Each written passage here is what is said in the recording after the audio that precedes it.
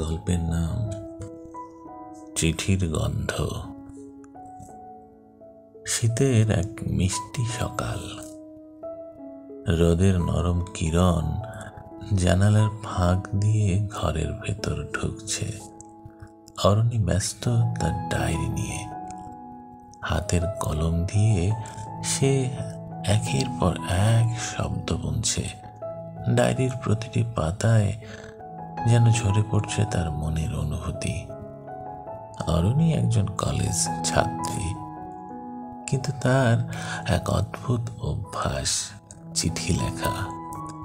এই ডিজিটাল যুগেও সে বিশ্বাস করে অনুভূতির সেরা প্রকাশ চিঠির কাগজে। প্রতিদিন সকালবেলা চিঠি লিখে সে তার ছোট্ট বক্সে জমা করে রাখে। একদিন সেই বাক্স খুলে তার সব চিঠি প্রিয় মানুষটিকে দেবে, এমনটাই তার ইচ্ছা। অরণির জীবনে একদিন প্রবেশ করলো আরিয়ান। কলেজে নবীনবরণ অনুষ্ঠানে দুজনের পরিচয়। আরিয়ানের হাসি, তার সহজ সরল ব্যবহার অরণির মনে অদ্ভুত এক ভালো লাগা ছড়িয়ে দিল। তারা বন্ধুত্ব করল, কিন্তু বন্ধুত্বের পরিসর ক্রমেই বাড়তে থাকলো। অরণি চিঠিতে আরিয়ানের কথা লিখতে শুরু করলো। তোমার চোখে যেন বিশাল আকাশের নীল, তোমার হাসিতে যেন ভোরের আলো। এমন অগণিত শব্দে ভরে উঠল তার ডায়েরি, কিন্তু সে কখনো মুখ ফুটে আরিয়ানকে কিছু বলতে পারল না। একদিন কলেজের বার্ষিক অনুষ্ঠানে আরিয়ান হঠাৎ বলল, অরণি, আমার মনে হয় আমাদের বন্ধুত্বটা অনেক গভীর। আমি কিছু বলতে চাই, কিন্তু সাহস পাচ্ছি না। মনে হয় তোমার কাছে কোনো উত্তর আছে যা আমার হৃদয়ে শান্তি এনে দেবে। অরণি থমকে গেল। তার বুকের ভেতর ধুকপুকানি বাড়ল।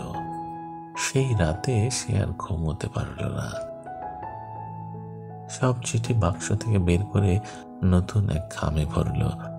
সকালে আরিয়ানকে ডেকে সেই খামটা দিয়ে বলল, আমার উত্তর এখানে আছে, পড়ে নিও। আরিয়ান চিঠি পড়ল। প্রতিটি শব্দে যেন তার হৃদয় আলোর স্রোতে ভেসে গেল। সে অরণির সামনে দাঁড়িয়ে বলল, তোমার ভালোবাসার গন্ধ চিঠির প্রতিটি অক্ষরে আমি অনুভব করেছি।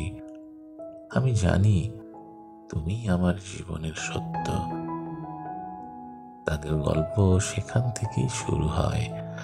দুজনের অনুভূতির সেই মিষ্টি গল্প আজও তাদের মনে অমলিন স্মৃতি হয়ে আছে। চিঠির সেই গন্ধ এখনো তাদের জীবনকে রাঙিয়ে রাখে। ধন্যবাদ।